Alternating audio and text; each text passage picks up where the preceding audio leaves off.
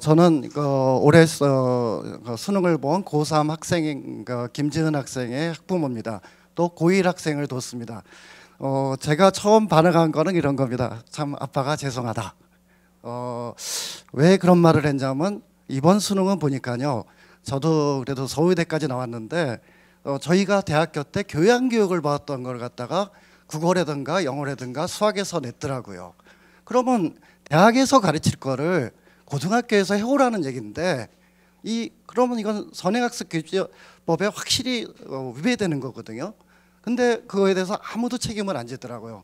더 중요한 거는 그 문항이 아까도 우리 앞에 변호사님들이 얘기해 주셨지만은 보통 사람도 그거를 우리가 그 한 몇 시간 정도의 책의 분량을 연구하고 그리고 우리가 그걸 갖고 얘기할 수 있는 내용인데 학생이 처음 보고 그걸 풀려고 그랬다는 거에 대해서 저는 굉장히 처참함을 느꼈고요.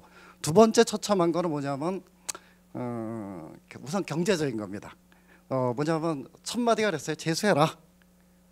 그러면 이제 다들 잘 아시겠지만은 한 2천여만 원 들겠죠. 근데 더 큰 문제가 생겼습니다. 그 다음 주에 고1, 고2 모의고사를 봤어요. 근데 이 수능과 똑같이 나왔습니다. 국어에서 똑같이 뭐 아도르노의 문화이론이라든가 고1을 보면요. 그 다음에 경제, 그 다음에 과학 지문이 나왔습니다.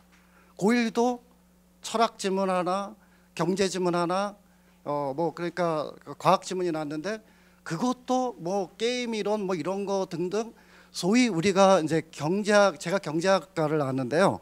저희가 대학 과정에서도 저희 교수들이 그랬어요. 김한진 교수가 야, 나 너 미안하다. 왜 그러냐 그랬더니 내가 게임 이론을 제대로 배우고 왔으면 너희들한테 제대로 가르쳐 줄 텐데 나는 잘못된 생각을 가져갖고 미국에 유학 갔을 때 우리는 자유주의 경제 그런 걸로 배웠다. 독과점에 대해서 분석도 안 됐다. 근데 이런 거를 고등학교 1, 2학년이 풀게 지금 내고 있습니다. 사실은 수능만 문제가 되는 게 아니라 수능이 이기주로 갔기 때문에 그 다음 주에 바로 고1, 1, 2 애들이 그렇게 나왔고요. 더 중요한 거는 전교 1, 2등이 그 고1, 2 애들 학생들이 어떤 문제가 나왔냐면요. 전교 1, 2등이 막 60점이 나오고 70점이 나온 겁니다. 국어, 영어, 수학에서요. 그러면 이미 수능 한 번 이렇게 났기 때문에 교육청도에도 막 지랄 발광하고 내는 겁니다. 이거. 그러면 그 다음에 어떻게 해야 됩니까? 당장 저희 작은 딸이 뭐라 그랬냐면 저희 작은 딸이 전교 1등이에요. 그런데 국어가 78점이 맞아왔습니다. 그러면서 뭐냐면 아빠 투자해 주세요 그래요. 어떻게 합니까? 그래 시험 끝나면 보내줄게. 왜요?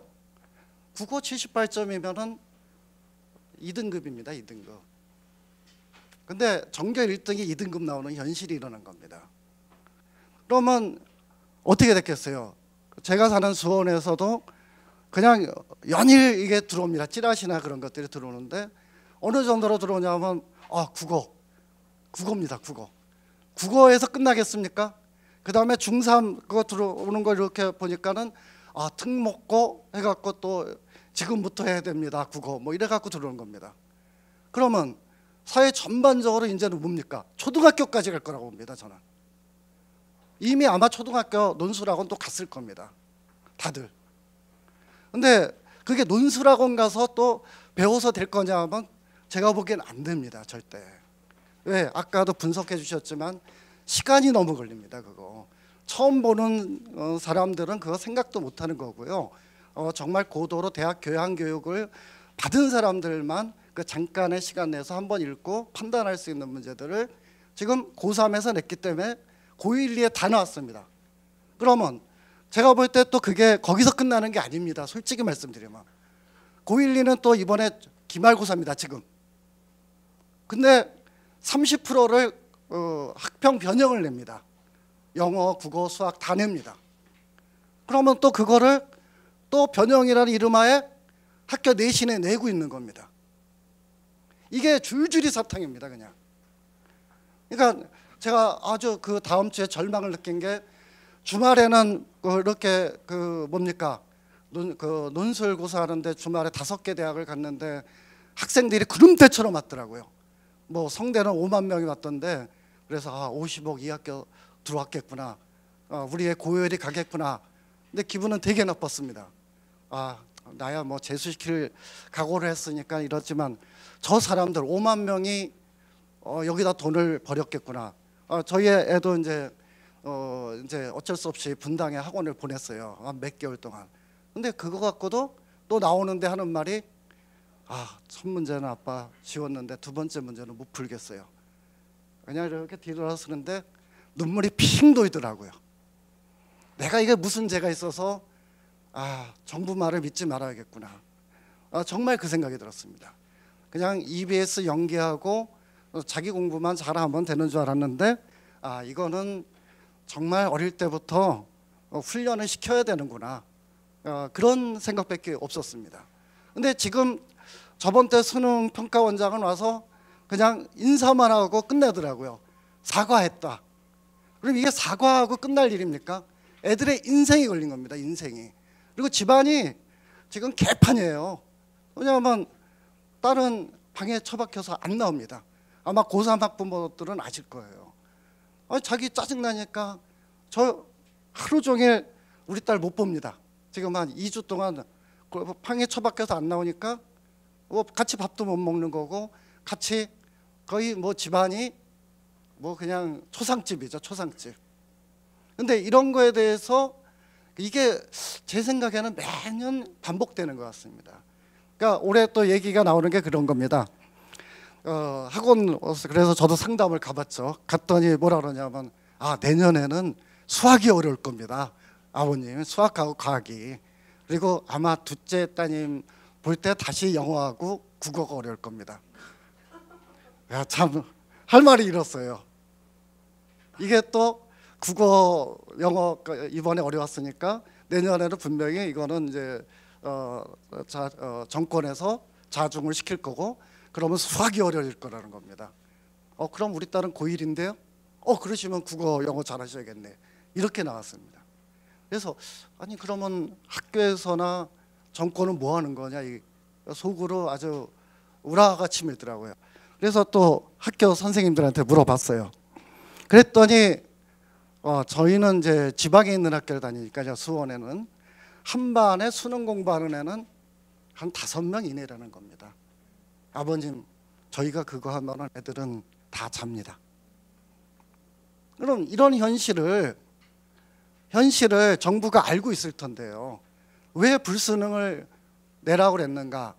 그 한 가지 빼이 없습니다. 줄 세우기입니다. 줄 세우기. 대학 입시라는 거 하나 때문에 대학 입시를 하나 좀 편하게 해보려고 줄 세우기 하고 있는 겁니다. 실제로 많은 얘기를 더 하고 싶은데요. 제가 말씀드릴 수 있는 거는 줄 세우기 그만하라는 겁니다. 애들을 정말 자기가 열심히 한 걸 평가해 줘야 되는데 자기가 할 수 없는 걸 평가하는 이 불수능은 불수능이 아니라 그냥 살인 수능이라고 그럽니다. 제가 이거는 그냥 애들을 아마 몇 명은 죽을 겁니다. 보나마나 이 사태로 인해서. 또 가장 큰 걸 얘기 또 드리자면요. 학교 간두는 애들이 나올 겁니다. 이제는. 왜? 조금 아까 말씀드렸지만 학교 다녀봤자 소용없다고 지금 나왔습니다. 학교에서 EBS 공부해봤자 70% 그 쉬운 거 선생님들하고 EBS 자기가 열심히 해봤자 못 푸는 수능이 나옵니다. 그럼 학교 다니는 것보다 어떠는 게 낫습니까? 사실 저부터라도 너 학교 다니지 말라 둘째 보고 한번 슬쩍 얘기했어요. 에이 아빠 2학년 때 결정할게 이런 얘기를 했어요. 근데 저부터라도 학교 다니는 것보다 이러면 그냥 낮에는 너 재수학원 가고 밤에는 저기 논술학원 가서 대치동 가서 하면 의대 가고 쉽지 않겠느냐 그랬더니 웃더라고요. 근데 이게 현실적인 고민일 것 같아요. 이제 앞으로는 이렇게 내면은 학교에서는 분명히 지금 수능 공부를 시킬 수 없는 실정이고 수능 공부도 방과 후에 자기들이 도서실에서 혼자 공부합니다. 그것도 책이 몇 권인지 아세요? 수능 완성하고 특강이 한 15권 되더라고요. 근데 그 15권을 죽기 살기로 한 애들이 전혀 쓸데없는 짓을 한 수능이 된 겁니다. 자기들 스스로 연계한다는데 연계는 수준 낮은 문제만 연계하고 소위 뭐 방송에서 보니까 무슨 키라 그러죠? 그 무슨 킬러 문화인가 그거는 전혀 배우지 않은 데서 내고 있는 겁니다. 그러면 학교 다니지 말아야죠. 학원 가야죠. 그리고 대치동 가서 논술학원 다녀야죠. 그게 나은 겁니다. 왜? 학비 내요. 저희 아직도 한 200만 원 내거든요. 학교에다가.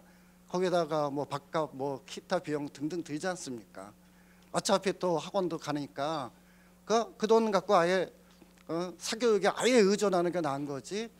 이게 무슨 공교육 정상하고 대통령님이 공약하신 그런 그 사교육 없는 세상을 만드는 그런 것입니까? 제가 볼 때는 정말 이건 분갈이입니다. 그래서 사실은 제가 전화해 갖고 이거 데모해야 된다 그랬습니다. 여기 사교육 없는 세상 대표들한테.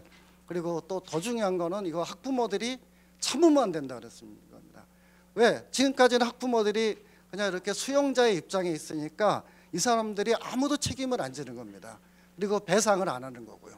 그래서 저희들은 수원이지만 촌이지만 제가 동네 후배들한테 얘기한 거는 이거 그냥 놔두면 안 된다. 이거는 한번 손을 봐줘야 된다 그랬습니다. 속된 말로. 그리고 이런 거에 대해서 다른 친구들한테도 나서게 해야 된다. 제가 그렇게 얘기했는데 가장 큰 이유는 그겁니다.